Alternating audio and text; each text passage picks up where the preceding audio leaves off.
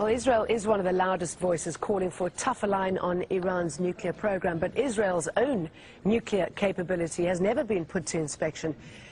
Even so, this is what is known. Israel has 2 nuclear research centers at Dimona and Serek. Latest estimates suggest Israel's produced at least 118 warheads with weapons-grade plutonium. The Jericho ballistic missiles are capable of carrying such weapons. The Jericho 1, which is now obsolete, had a range of 500 kilometers and could carry a 20-kiloton nuclear warhead. That's 20 times more powerful than the U.S. bomb dropped on Hiroshima in 1945. The Jericho 2 has a range of 1,500 kilometers. It could just reach Iran and is believed to be able to carry a 1-megaton nuclear bomb. That's 1,000 times more powerful than the Hiroshima bomb. And it's thought a Jericho 3 is now being developed, able to travel around 5,000 kilometers, bringing all of Iran and Europe into its range. Nicole Johnston has more. In southern Israel, the Negev desert unfolds all the way to the sea. 13,000 square kilometers of tough terrain.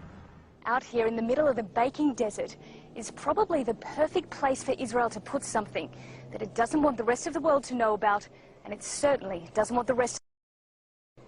And that something is the Nuclear Research Center Negev, also called Dimona. Shrouded in secrecy, this facility is closed to inspectors from the International Atomic Energy Agency, and that's because Israel has never signed the Nuclear Non-Proliferation Treaty.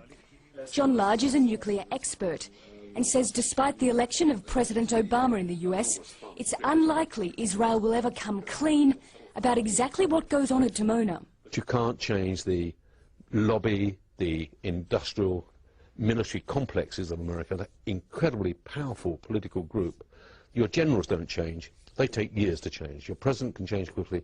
Generals take years to change. And it's the... But do Israelis think they need it? And would they be willing to give it up for a nuclear-free Middle East? We went to the city of Dimona, around 10 kilometers from the nuclear facility. Here the people we spoke to support the country's nuclear research program. But we asked them, given the official silence surrounding it, if they'd like to know more about it. No, I don't want to know what I have in Israel, but I have to know that I have a strong Israel. It's very good for me. Amir Beton's mother worked at the Dimona plant, and he sees no reason for Israel to join the Nuclear Non-Proliferation Treaty or to allow IAEA inspectors into the country. If it's come all the inspectors over there, all the country can see what you have over there. It's not good. But not everyone we met was content to stay in the dark about Dimona. I think some more information about it would be good. I think it'll be progressive. I think it'll be very essential if we get a little more information. That way we can know what we're dealing with.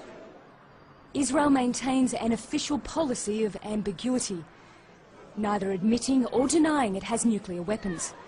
The work at the Dimona facility is secret and its employees silent. Analysts say Israel is not developing its nuclear program on its own. So clearly to maintain and develop its nuclear weapons and its missile and delivery system requires overseas help. And that overseas help, although it's clandestine, clearly has some sort of state assurance behind it. The city of Dimona is as close as you'll get to Israel's research center.